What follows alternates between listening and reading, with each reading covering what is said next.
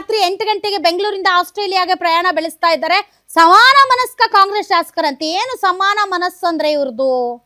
ಯಾವುದರಲ್ಲಿ ಸಮಾನ ಮನಸ್ಸು?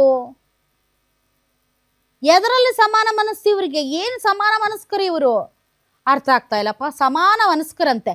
ಸಮಾನ ಮನಸ್ಕರು ಅಂದ್ರೆ ಯೋಚನೆಯಲ್ಲ, ಕೆಲಸದಲ್ಲ, ಬಿಹೇವಿಯರ್ ಅಲ್ಲ, ತಿನ್ನೋದ್ರಲ್ಲ.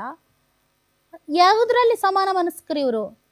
ಅವ್ರ ಥಾಟ್ ಪ್ರಾಸೆಸ್ಸಾ ಅಥವಾ ನಿಯತ್ತಲ್ಲ ಅಥವಾ ಯಾವ ಬಣದಲ್ಲಿ ಗುರುತಿಸ್ಕೊಂಡಿದ್ದಾರೆ ಅನ್ನೋದ್ರ ಮೇಲೆ ಗೊತ್ತಿಲ್ಲ. ಸಮಾನ ಮನಸ್ಸು ಅಂದ್ರೆ ಇವರೆಲ್ಲ ಸಿದ್ದರಾಮಯ್ಯನವ್ರ ಕಡೆಯವರಂತೆ. ಅದೇ ಅದು ಸಮಾನ ಮನಸ್ಕು. ಆ ಸಮಾನ ಮನಸ್ಕ ಕ್ಯಾಟಗರಿಯವರು ಯಾರು ಸಿದ್ದರಾಮಯ್ಯನವರ ಬಣದಲ್ಲಿದ್ದಾರೆ ಅವರು. ಸೊ ಕೆಲವ್ರಿಗೇನೋ ವೀಸಾ ಸಿಕ್ಕಿಲ್ವಂತೆ, ಪಾಪ ನಿರಾಸೆ ಆಗ್ಬಿಟ್ಟಿದೆ ಅವ್ರಿಗೆ. ಹೈಕಮಾಂಡ್ ಕೆಂಗಣ್ಣಿಗೆ ಗುರಿ ಆಗ್ತೀವಿ ಅಂತ ಕೆಲವರು ಡ್ರಾಪ್ ಔಟ್ ಆಗಿದ್ದಾರಂತೆ.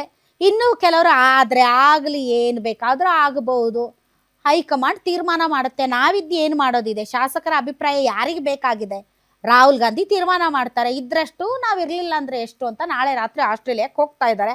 21 ಶಾಸಕರು ಆಸ್ಟ್ರೇಲಿಯಾ ಪ್ರವಾಸ ಮಾಡ್ತಾ ಇದ್ದಾರೆ. ಮಾರ್ಚ್ 1ನೇ ತಾರೀಕು ಬರ್ತಾರೆ. ಥ್ಯಾಂಕ್ ಗಾಡ್ ಮಾರ್ಚ್ 1ನೇ ತಾರೀಕು ಬರ್ತಾ ಇದ್ದಾರೆ. ಯಾಕಂದ್ರೆ 6ನೇ ತಾರೀಕು ಬಜೆಟ್ ಇದೆ.